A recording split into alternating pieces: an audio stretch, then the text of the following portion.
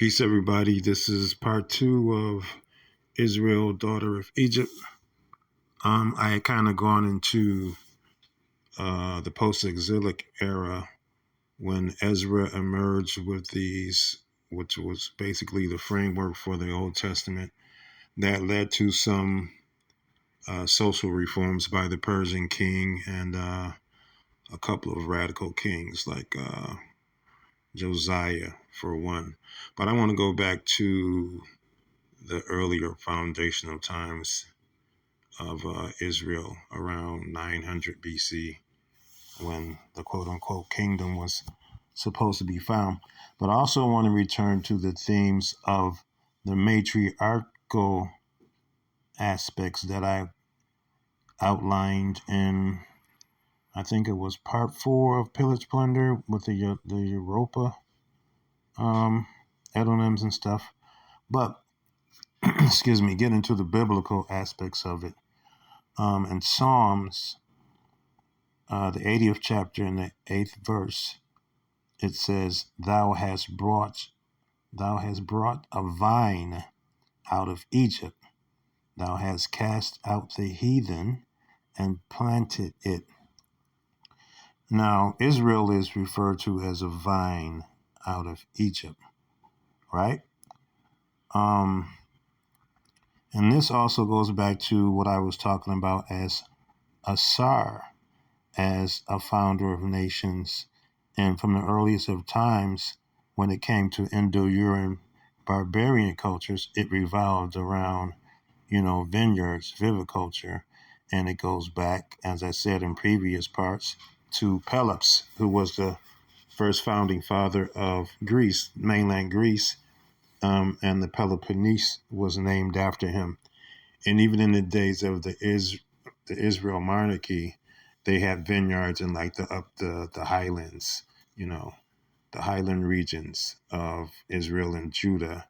And again, they were Greeks and Jews, quote unquote, there who had an identical culture.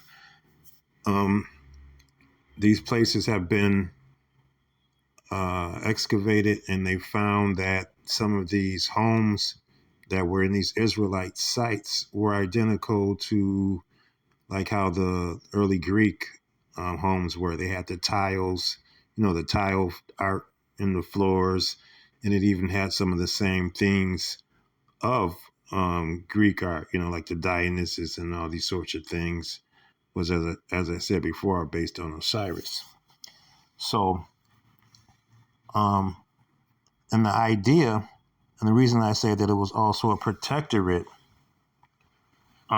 is because, like the scripture says, there were a lot of fringe barbarians there that Egypt had to remove from the area to let the Israelite, the civil minority, who were these administrators in the region, because it all had to do with the economy too.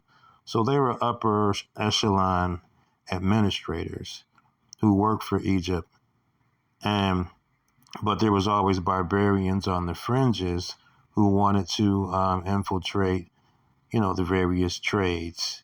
They would raid, the agricultural sites, burn down people's crops, and do all sorts of weird stuff. And these were the people who were called the Haparu. So this is interesting that people don't know that historically the Hebrews and the Israelites were opposites. They were not the same people.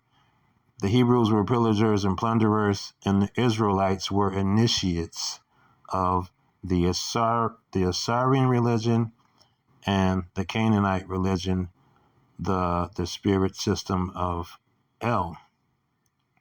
As a matter of fact, if you look at the oldest etonym, the oldest etymological root of Israel, the primitive root is literally Asar El, the god Asar with a hyphen of El behind it.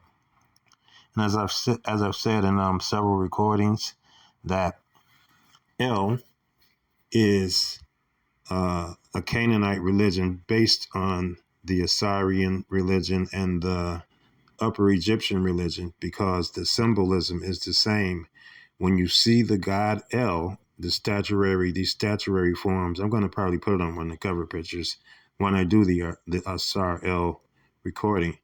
But he wears the Egyptian crown of Osiris as Lord of the underworld. That's what Egyptologists call it.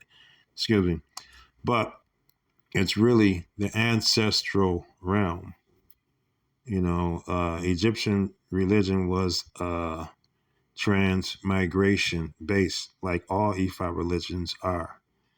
So when you see El and you see him wearing the god Asar's crown, you know that they were syncretized. And his son, Baal, wears the conical white crown of Upper Egypt as well.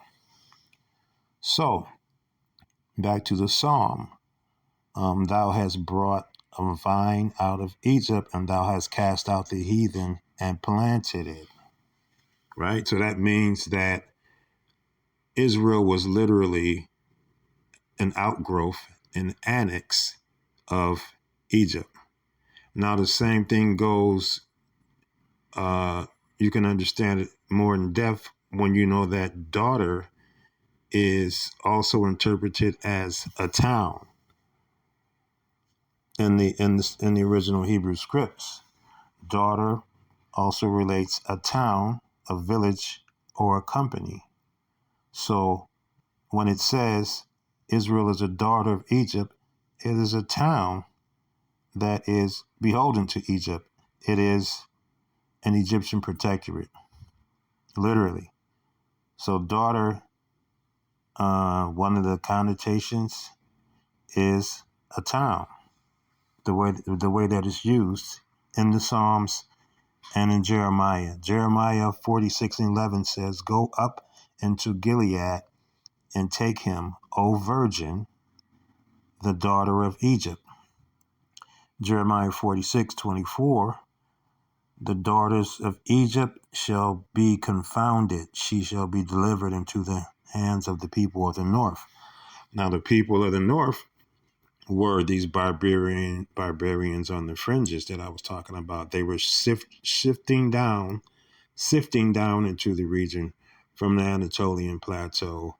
Going further north, there's what are they? The Taurus Mountains or the Levant and the Taurus Mountains, and then you're going further east. There's the Transcaucasus, and then even farther east from there, there's the Zagros mountain range. So they were slowly filtering across these mountains down towards the south and west towards Canaan and the Delta, because that's where all the money was. There was burgeoning markets of every kind.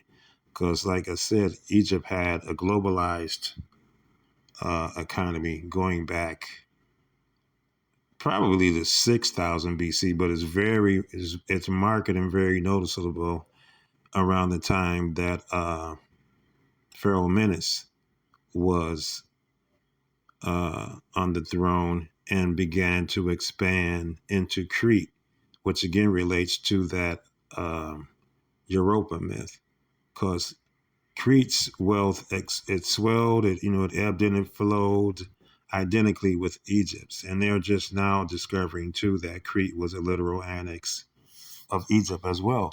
And you know that the Cretans, the Minoans, were the earliest Greeks, the Proto-Greeks.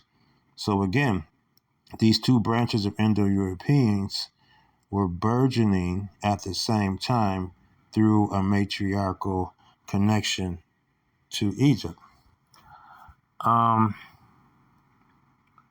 Back to the nomes, or the cities, the Israelite cities.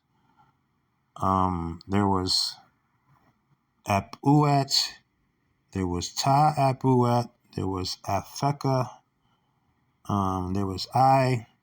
All these are Egyptian names. And I'm going to elaborate on some of those in the next part. That's it for now.